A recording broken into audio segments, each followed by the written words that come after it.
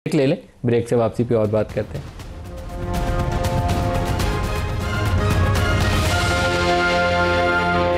Programme में दोबारा खुश आमदीद कहते हैं। सलीम साहब, जब इश्यूज़ ये हमारे सामने हैं और वी अंडरस्टैंड कि अगर आप 50% अपनी आमदन का टैक्सों में दे देंगे which is 49%, I think salaried class पे भी 40%। 49 तो इट्स जनरल ना, इट गोज अप टू 55%। 55% में चला जा रहा है। तो फिर उसमें कोई कंपनी सर्वाइव नहीं करती। सैलरीड वालों से भी अब 40% तक कटता है सुपर टैक्स के बाद। सर्वाइवल का बात नहीं है। देखें, अगर मैं किसी मुल्क में जाऊँ, जैसे मिडल ईस्ट है, वहाँ 0 टैक्स है या 5% टैक्स है, तो आई स्टार्ट थिंकिंग कि why should I come to a country which is where I have to pay 55% tax और 49% टैक्स।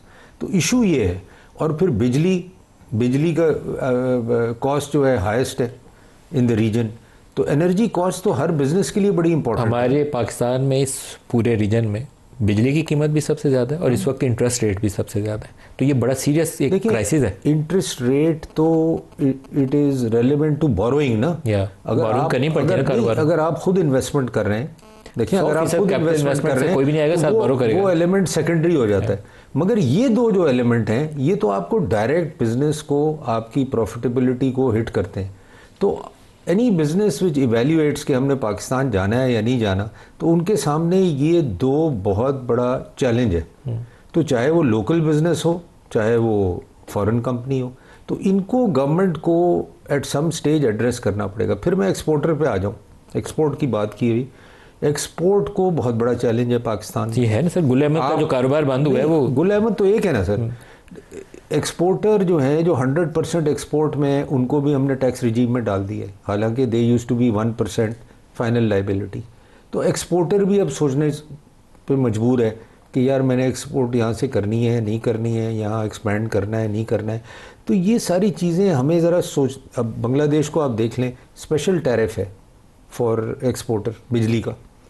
तो ना बिजली पे उनको कोई कंसेशन है, ना टैक्सेशन पे आपने नॉर्मल रिजीम में उनको डाल दिया है। तो ये सारी चीज़ें are detrimental to any business decision existing और फ्यूचर। तो ये चीज़ें गवर्नमेंट को सोचनी पड़ेंगी। एंड आई थिंक जो फाइनेंस मिनिस्टर हैं और कियानी साहब हैं, दे अंडरस्टैंड दीज इश्यूज़। ऐसा नहीं है कि बट जाहिर सी बात है, इनको इश्यूज़ हैं IMF के, इनको इश्यूज़ हैं दूसरे चैलेंजेस के। तो वो but eventually we have to do something about it. जब इसमें बिलाल साहब आपको कहीं बैलेंस स्ट्राइक करना पड़ेगा, उसके बगैर हम IMF की डिक्टेट्स पे चलते जाएंगे तो आप ग्रोथ तो नहीं आएगी फौरी तौर पे। भूल जाएं 2-3 साल अभी ग्रोथ आपको लेते लेते लग जाएंगे, वो भी अगर आपकी मैक्रो इंडिकेटर्स बाकी रिमेन्स नॉर्मल।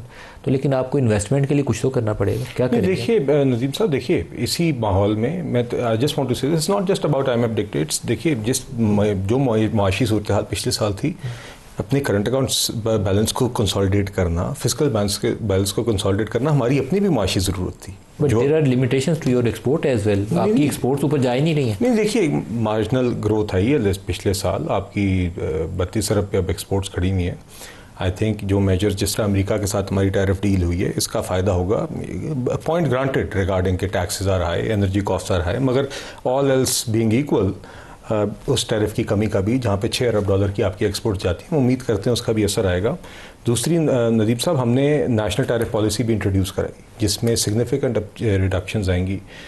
इस साल पहले इसके स्टेप्स ले लिए गए हैं और 5 साल के अंदर हम इंशाल्लाह रेगुलेटरी ड्यूटीज़ और एडिशनल कस्टम ड्यूटीज़ मुकम्मल तौर पर ख़त्म करना चाह रहे हैं। और इस साल भी बुनियादी जो उसका थ्रस्ट रहा है वो रॉ मटेरियल्स पे और कैपिटल गुड्स पे, मशीनरी पर है, जो कि रॉ मटेरियल्स और मशीनरी वो जो इंडस्ट्री में इस्तेमाल होती है। मगर यकीनन जो बात मैं I just want to endorse, जो देखिए ये भी आपने चेंबर से साथी लिए, आरिफ हबीब साहब इज़ विद अस, ये भी हमें गाइड करते हैं। प्राइम मिनिस्टर साहब खुद प्राइवेट सेक्टर से मिलते हैं। मेरी जिम्मेदारी लगी हुई है, मैं हर महीने सारे मुल्क के चेंबर के सदूर के साथ, FBR के साथ मिलके हम बैठते हैं। अभी लाहौर वालों ने कहा कि आप 3 अरब की रोज़ाना करप्शन करते हैं। देखिए ये भी हमारे साथ बैठते हैं जी। यकीनन सिस्टम में ख़राबियाँ हैं, उसको हम सब ने मिलकर प्लग करना है। मगर हम इनके साथ बैठते हैं, जो बिजनेसेस ऑन द ग्राउंड इनको इश्यूज आते हैं। 2 नंबर तो उनके बड़ी खतरनाक है। वो कहते हैं 25 अरब रोज़ का बारो करते हैं, हुकूमत चलाने के, 3 अरब की रोज़ की करप्शन करते हैं। खैर अब numbers I don't know very strong, मगर मैं आपको बुनियादी तौर पर ये कह रहा हूँ कि हम प्राइवेट सेक्टर से इनपुट लेके इनके साथ बैठ के रोज़मर्रा के जो इशूज़ आते हैं, OICCI भी है, पाकिस्तान बिजनेस काउंसिल भी है। मैं आपको एक मिसाल देता हूँ।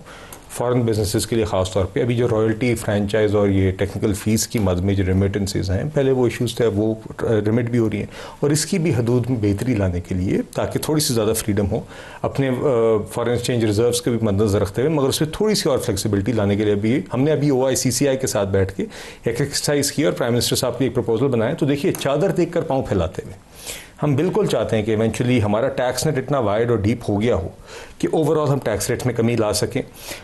यकीनन IMF प्रोग्राम की अपनी कंसिडरेशंस है, और यही बात मांडवीवाला साहब कर रहे थे। एनर्जी टैरिफ्स के लिए देखिए, मैं आपको 2-3 चीज़ें अभी से बताता हूँ। आपने देखा IPPs के साथ नेगोशिएशन एक चीज़ है, मगर डिस्कोस की प्राइवेटाइजेशन, पहले 3 डिस्कोस की प्राइवेटाइजेशन हम उम्मीद करें कि इंशाल्लाह इसी माली साल के अंदर मुकम्मल कर लें। साथ ही साथ सर्कुलर डेट के रिडक्शन के कौन से नाम भी बता दें? आई थिंक ये IESCO, FESCO और GEPCO जी। तो देखिए, इनके ऊपर काम चल रहा है और आगे फेस वाइज सबको करना है, मगर सिर्फ ये नहीं, एक होल सेल इलेक्ट्रिसिटी मार्केट, ताकि हम बिल्कुल एक एफिशिएंट मार्केट बनाएं जिसके अंदर कॉस्ट ऑफ इलेक्ट्रिसिटी, बिजनेसेस और जनरेशन कंपनीज B2B आपस में कॉन्ट्रैक्ट्स हो सकें। Eventually we want to get to that stage, system में एफिशिएंसी आए। तो ये, मगर ये सब चीज़ें ओवरनाइट नहीं होती, और इंशाल्लाह हम बिल्कुल जी हम ये स्टेप्स उठाते रहेंगे ताकि आरिफ साहब जो पाकिस्तान से एक बड़ा पोटेंशियल है वो IT और IT इनेबल सर्विसेज के मद में पाकिस्तान में कंपनीज और बच्चे पढ़े लिखे ऐसी पोटेंशियल मौजूद है जो आपको कुछ additional few billion dollars earn करके दे सकता है। बेशतर कंपनियां जिनके मैं नुमाइंदों से मुझे मुलाकात का मौका मिला, वो गल्फ़ कंट्रीज़ में देखते हैं कि बहुत बड़ा पोटेंशियल है, लेकिन वहाँ से वीज़ा इशूज़ हमारे लिए एक रुकावट बने हुए हैं जिससे ये कंपनियां वहाँ जाके ग्रो नहीं कर सकती। इसी तरीके से बाकी ममालिक के साथ है।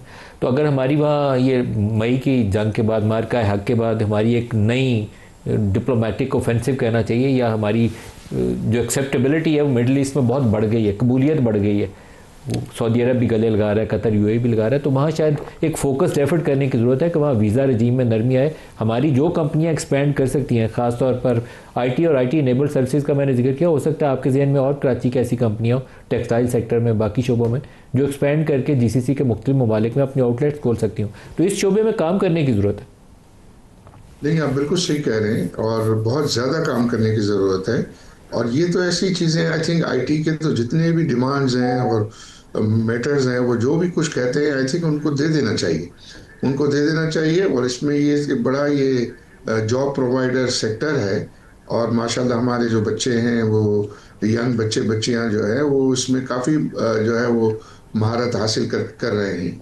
तो इसमें तो आई थिंक इस सेक्टर में बहुत ज़्यादा गुंजाइश है। इंटरनेशनल मॉडल्स हैं, और इनके जो भी कुछ इश्यूज हैं छोटे मोटे, थोड़ी सी अगर वो कोई ज़्यादा भी डिमांड कर लेते हैं तो वो भी आई थिंक उनकी तरफ तोल देना चाहिए, ताकि यहाँ जो है वो फॉरेन एक्सचेंज अर्निंग में भी बेहतरी आए, हमारे लोग भी जो है वो खप जाए। सर, आप बिलाल साहब इस पे कमेंट करेंगे? ये वीज़ा इशू एक ऐसी प्रॉब्लम है जिसको शायद, जैसे कुवैत से आपको वीज़ा नहीं मिल रहे थे, अभी वो थोड़ी सी बेहतरी आई है, लेकिन इन कंपनीज़ के लिए हम कोशिश करें तो एक बड़ी मार्केट है जिसको हम अभी लूज़ कर रहे हैं। जी बिल्कुल जी। देखिए, हम चाहते हैं कि आई थिंक वो बातचीत जारी है कि गल्फ़ के ममालिक के अंदर वीज़ास का थोड़ा इशू हम रिजॉल्व करें, खासतौर पर बिजनेस कम्युनिटी के। ये लोग तो कहीं गायब नहीं होंगे, ये तो पैसा लगाएंगे भी, कमाएंगे भी, दो काम। जी नहीं बिल्कुल जी। और आपने देखा डिप्लोमेटिक लेवल पे तो उन्होंने आई थिंक बेहतरी आई है हमारी वीज़ा सिचुएशन में, मगर बिल्कुल हमने अपने बिजनेसमैन, स्टूडेंट्स, इन सब के लिए भी आसानी करनी है।